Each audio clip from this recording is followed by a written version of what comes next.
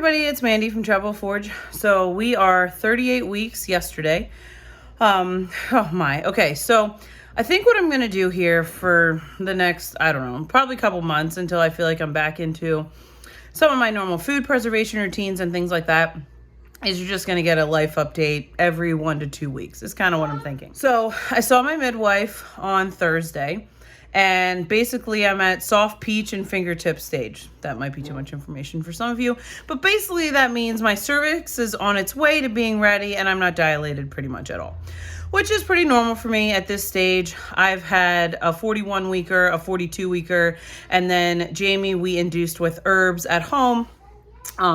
So I'm not surprised that that's as far as we are at this point. So to recap, I had Bud at a hospital, planned hospital birth, hospital prenatal care, the whole deal, regular, normal, whatever, birthing scenario, Pitocin, the whole normal rigmarole. Jameson had at home, induced with herbs, had pups really bad. And basically we induced because I was so miserable from pups. If you're not familiar, it's like a poison ivy rash all over your body. It is the worst, and I was miserable for like half that pregnancy. Zuzu, I planned on having at home, but we hit almost 42 weeks, and she just was, again, we were at like this soft peach, no dilation stage, and we did a unplanned hospital transfer, and it went really well. And I liked that hospital. It was great. This one, we're doing home birth prenatal care and then a planned hospital transfer. So we just decided with this one, since we are 2 hours from the hospital, that it would just be a good idea to maybe have a plan with them or whatever. It's not my favorite. I would rather deliver at home, but my favorite midwife is pretty far away. And so that's the plan as of right now. Assumingly, we will either go into natural labor in the next couple weeks, or if we have to get induced, that's what we have to do. I am pretty much planning on I'm probably going to have to be induced based on my history. So that's where we are with baby. I am, gigantic, covered in flour and dishwater as usual. That's going fine. Honestly, I have felt really, really good this pregnancy. I had the typical first trimester morning sickness, and then other than that, I've felt really good. So how is the micro bakery going? So my Lancaster trips, so if you're new, we live 2 hours from where we used to live, and 2 times a month, typically, we do a big delivery to Lancaster of baked goods, and I put the menu out usually on Sunday or Monday, gather up all the orders, and then we make our delivery on Thursday. It's been a little bit nicer lately, like in the 80s, but not as humid. So we've been setting up the tent, and customers have been coming and picking up. It's great because Bud loves socializing with people, so he can sit out there for a little while. We can kind of take turns. I can go out and talk to people or whatever. So that has been, our Lancaster people have just been so unbelievably supportive. And, I'm putting in like 2 18-hour plus baking days, prepping and baking and all the things, in addition to the days prior, just collecting orders and blah, blah, blah. So that has been going amazingly. We started our roadside stand, whatever you want to call it, here at the house. And it's going pretty well. It's a slower grow. There's not as much. So to give you some perspective, where we came from, the county we came from, there's last time I checked, there was 550,000 people that live in that county. Okay. And in our county, there's 40,000, or those are very rough numbers, but just to give you an idea, there's more than 10 times the amount of people that live in the county that we came from. So I wasn't expecting this to be our Lancaster trips or anything. Plus we're new, people don't really know who we are. We're slowly getting to know more people. Zad goes to a lot of the chamber events. We've networked with a lot of people, but it's a slow grow.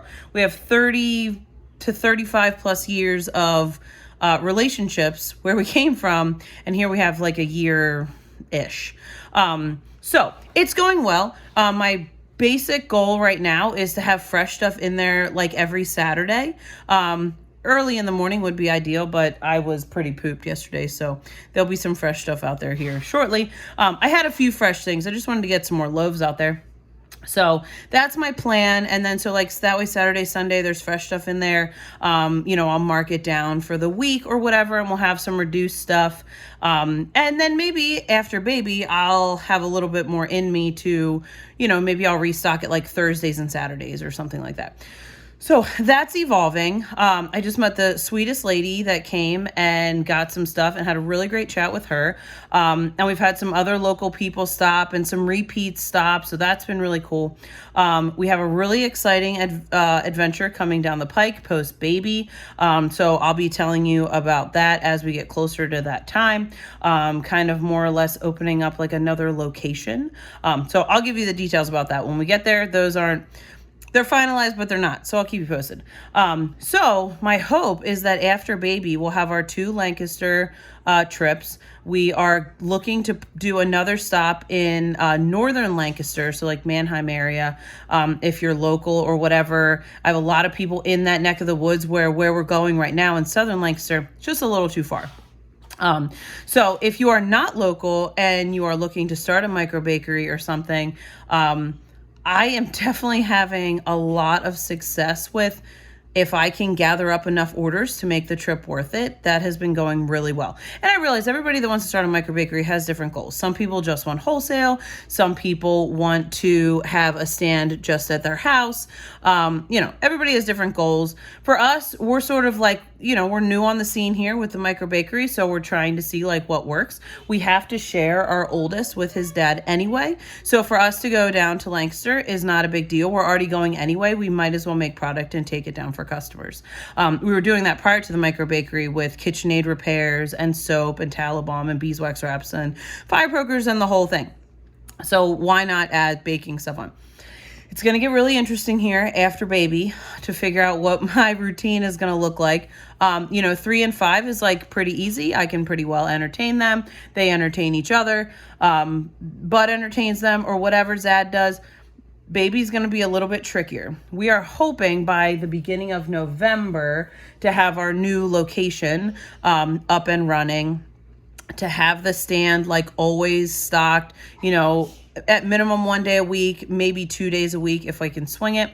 And then have our 3 drop locations in Lancaster. So those are kind of the goals. Obviously, this might be baby dependent. I think it's going to be okay. I mean, I felt amazing this pregnancy, assumingly, because I was pretty much in the best shape of my life going into this pregnancy. So I'm I'm looking forward to the postpartum recovery time. It's quieter, it's slower. And I know some people are going to laugh like it's not quiet, there's a crying baby, but it's a different kind of busyness. I'm basically going to sit here on the couch and cluster feed and entertain the other kids or whatever. So it's just a different kind of busy than baking and soap making and blah, blah, blah. So as far as soap goes, soap has just always been like a steady thing for us. It's not like this booming part of our business, but it's just very steady. I have a lot of faithful soap customers. And every month we gain a few new soap customers who pretty much become faithful customers. Or Talabom, people love that too. Once they try it, they understand how awesome it is. So I will have, I have a little bit of fall soap left, the pumpkin spice and the vanilla cardamom. There's a few of those each left. And I will be releasing on social media here so typically what I do when I do limited edition scents is I come up with like 3 or 4 that I want to do.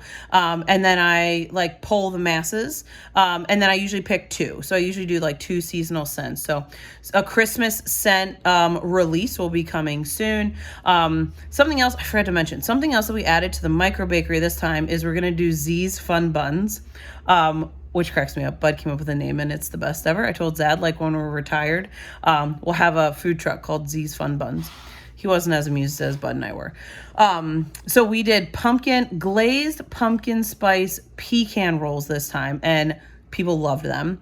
I didn't even I sort of pre-sold them. I didn't have them on the menu. I had some dough left, and I was like, hey, babe, you want to come up with some fun bun or whatever? And that's what he came up with. And it had cream cheese and brown sugar, and everyone loved them. Warmed up, and I'm not even a huge pumpkin spice fan, and they were really, really good. So we might need to bring those back for Thanksgiving, because I don't think I'm going to have another big Lancaster bake in me before baby. That would mean doing it at 39 and then 40 weeks. Honestly, my biggest fear with doing it is It's not that I don't feel good, because I feel great. My biggest fear is that, like, if I go into spontaneous labor, like, I have like bowls and bowls of dough rising across the kitchen, and then it all goes to waste because, like, I'm in labor. Granola and cookies are slightly more forgiving. Dough, not so much. It's just going to keep rising and exploding out of the bowl. So also post-baby, I would like to bring sourdough back. We started with sourdough and yeast, and yeast just really took off for us. People really, really love it. They love all the fun flavors that we have, blueberry lemon and cranberry orange, cheesy garlic herb. And I started making mini loaves, and people are just going crazy over them. So I would like to bring sourdough back onto the menu. It's just, I'm only one person, and I can only do so much that it's fresh, the standards that I want it to be, for our customers. So we'll figure that out. I'll see how we can try to work that in. Maybe I can like hire my mom or something. The trickiest part is, like, my mom is really great at baking bread, but she makes soy candles, and their camper is here now. And so they stay with us, a couple times a month or whatever, but she's doing events like from September to December. She's busy, like, Wednesday to Friday, she's pouring candles, and Saturday, Sunday, she's slinging candles. So really excited about bakery stuff. It's really fun because, like, Bud enjoys baking cookies. Everyone loves eating cookies, of course. Zad really loves these like fun buns. He can come up with cool stuff to do. I enjoy just the process of the whole thing. Are they long, hard days? 100%. They're crazy, long, hard days. I mean, the last time we went down, which was Wednesday night into Thursday morning, the first night we didn't go to bed till 2, and the next night we didn't go to bed till 4. Obviously, we sent the kids to bed like before this. But Zad and I were up packaging and blah, blah, blah, and whatever. So it's a lot of work, but it's fun, and it's super rewarding. So that's what's happening with soap, bakery, baby. We are heading into fire poker season. So typically, if you've been following us for a while, usually October, November, December is the hottest time for us for fire pokers. That's when we get like the most online orders for them, things like that. They're just a great gift. We offer custom free stamping on them, so people love that. And it's different. It's not like the same crap you buy at a big box store or whatever. And especially if you're looking for like a gift for my dad, not to like generalize, but it's a great gift for dad. Especially if you have a cabin or a backyard fire pit, stuff like that. So we are definitely getting into that busy time. Zad has scheduled to get the interior shop of his big shop done. So he's going to have a big, big office in there where he's going to have the leather clicker. So hopefully coming down the pike, we should have belts, custom belts come in with us for a long time. You know that we dabbled in leather way back. We did leather earrings. We did mason jar koozies. We did skillet handles for cast iron skillets. Just a lot of like little things. And we had some tools, but we didn't have all the tools to really streamline stuff. And so it's something that we sort of just pushed to the side. We had an opportunity to acquire a big clicker. So if you're not familiar with what that is, basically it'll allow us to like stamp things. So we could make belts with like deer and like blah blah blah on them, or we can make custom wallets, or Zad wants to make like fire harness, what are they called, radio harnesses. He wants to make like radio harnesses, has like the firefighter's last name on it, or that kind of stuff. So we have that coming down the pike. That will go into his new office. We can ship fire pokers out there. Currently we're shipping them at the dining room table, which is obviously not ideal.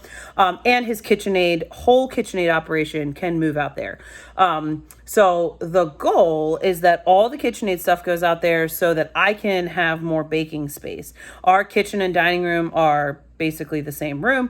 And it's a big space, but on big baking days, I need more counter space. I'm just maxed. So we're hoping that we can get that done kind of like post baby, so Zad can kind of like babysit that while I'm like recovering or whatever. It's going to be insulated and the whole thing, so it'll be perfect for like the grease in the KitchenAids can't freeze, and like the oil in the leather machine, like that can't freeze, that kind of thing. So it'll be perfect for that. Big goal is that for Christmas, we will be able to have some leather things, maybe, hopefully, ready for sale. Lots of cool, just different fun things that fit our brand, And if you know us, we've always been quite eclectic. So I'm sure there'll be, and Zad always comes up with the coolest stuff. So that is coming down the pike. Also, our big bread slicer. So slicing bread has been, not to bump back to the micro bakery, but pre-sliced bread has been quite a hit.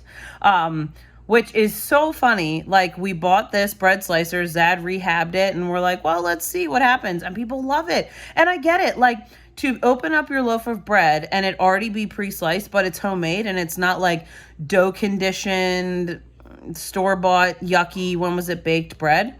That's fantastic.